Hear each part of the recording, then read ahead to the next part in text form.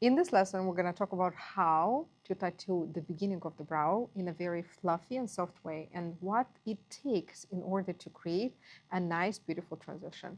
Artists always end up having this like blank, straight front. So in order to create that beautiful, nice transition, look on what you need to do. So pretty much here, that's the beginning of the brow, let's say.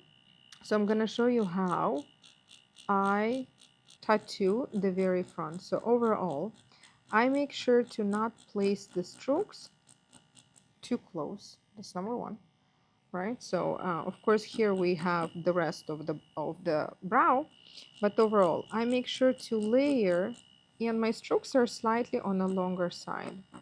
I don't make the strokes like too tiny or too short, so I don't make them like too tiny. In fact, I change the direction of the strokes.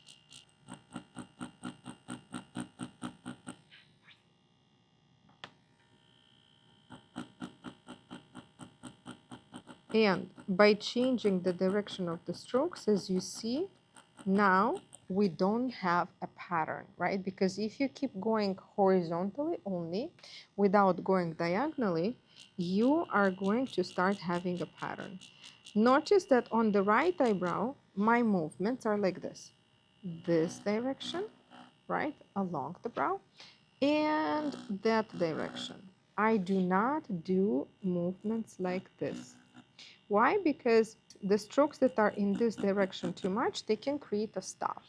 So that's why I don't do it too much. Rather, I go into vice versa directions that are coming from the top and are going towards the brow, right there.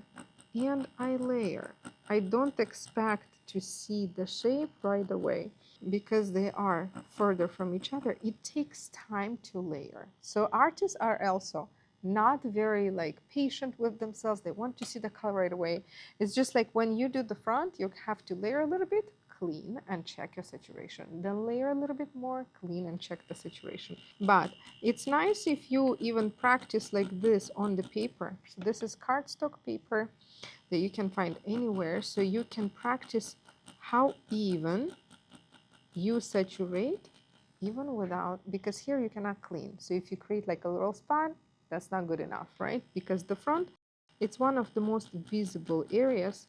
If you're able to practice on the paper, creating like nice transitions of color, right there, you see like at the very, even if your pre-draw was like up to here, you can still extend about 2 millimeters.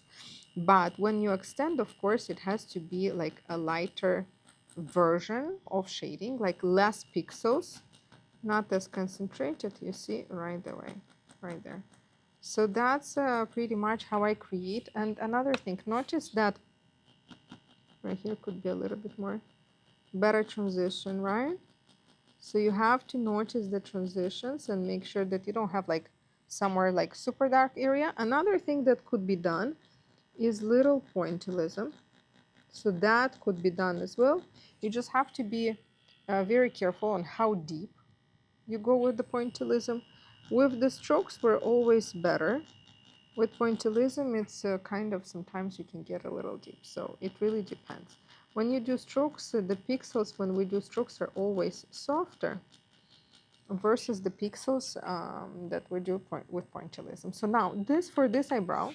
For the other side, now I'm gonna have a unibrow, but you understand the practice. Anyway, for the other eyebrow, I'm gonna start a little bit further. Same. I come to the front, I made myself, let's say, a little layer, then I come down, and now I start going into these directions. So for this eyebrow, it's this direction and up. I don't really go in this direction. This direction is a no, okay? I don't go like this.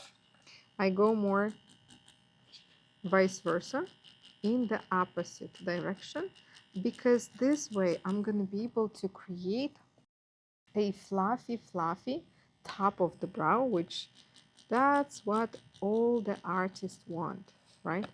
They want a fluffy beginning. Sorry, that was already a little spill of the pigment, but you got it. So you see, because I'm going into this direction, right, like this direction, not like this, then I'm able to create a super fluffy front.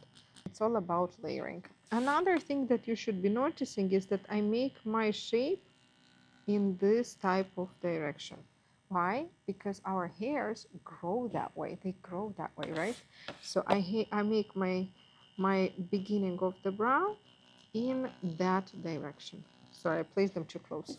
Because if we make the brow vice versa, right? Like this way, obviously that's not a very good beginning. So pretty much I have this embedded in my mind already. The bottom is more out, the top is always more in, right there. Bottom is out, top is in. So when I do my strokes, I already go this way, right? So I already go more in with the top strokes and more out with the bottom strokes. So that way, I'm always able to create such a nice beginning of my brows because the shape goes already into that direction. So the shape already will be, as you see, right there. And then from here, I just blend.